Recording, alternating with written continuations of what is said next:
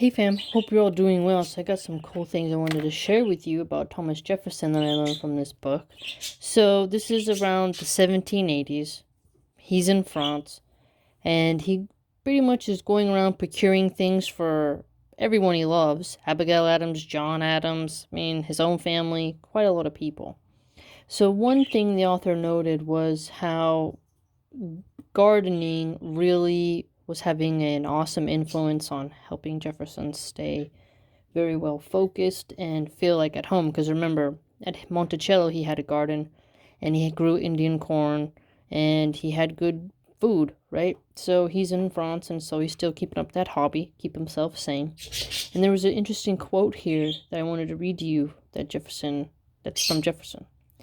I am now of an age which does not easily accommodate itself to new manners and new modes of living, and I am savage enough to prefer the woods, the wilds, and the independence of Monticello to all the brilliant pleasures of this gay capital.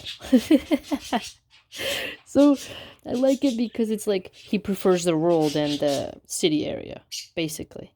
And I feel like I agree with that. It's like there's a savage primal nature where you're like, I would prefer the woods and being free than being stuck in the city, like all its pleasures and pomp, and being subjected to all these different rules that regulate your behavior. Further, this is from a quote from a guy who was a young American law student in London, and he met Jefferson in Paris in 1788. So this was a quote that he wrote about Jefferson's overall character and what he thought about him.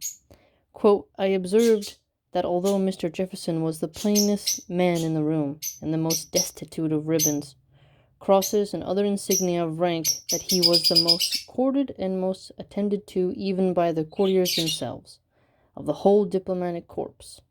So that was from Thomas Shippen. So Thomas Shippen wrote that about Thomas Jefferson. Isn't that awesome that he said the most destitute of ribbons, yet he was of the highest rank? You see what I'm saying? And he said the plainest man in the room. So Jefferson, we got to see that he wasn't all about this fashion, making sure his hair is looking fly. He wasn't a narcissistic psychopath addicted to brand. He was his own man, clearly. And then there was this guy. He's an Italian count. His name is Luigi Castiglioni. That's a funny name. I like it, though.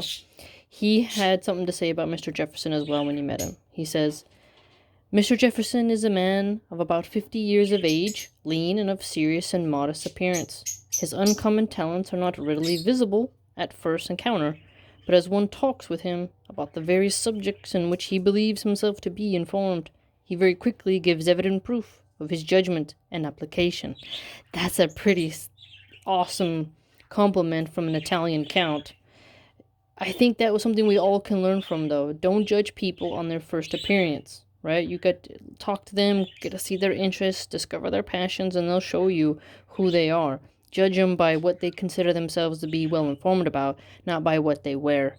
So we have two quotes here that really do speak about Jefferson's intelligence and then his plain fashion sense. So he wasn't all about trying to look fly with the best of cars. Well, they didn't have cars back then, but the best of the best. Now remember, he had a flavor for it, remember? He could do it if he needed to, but as he said himself, he prefers the woods than to the pompous capitals, right?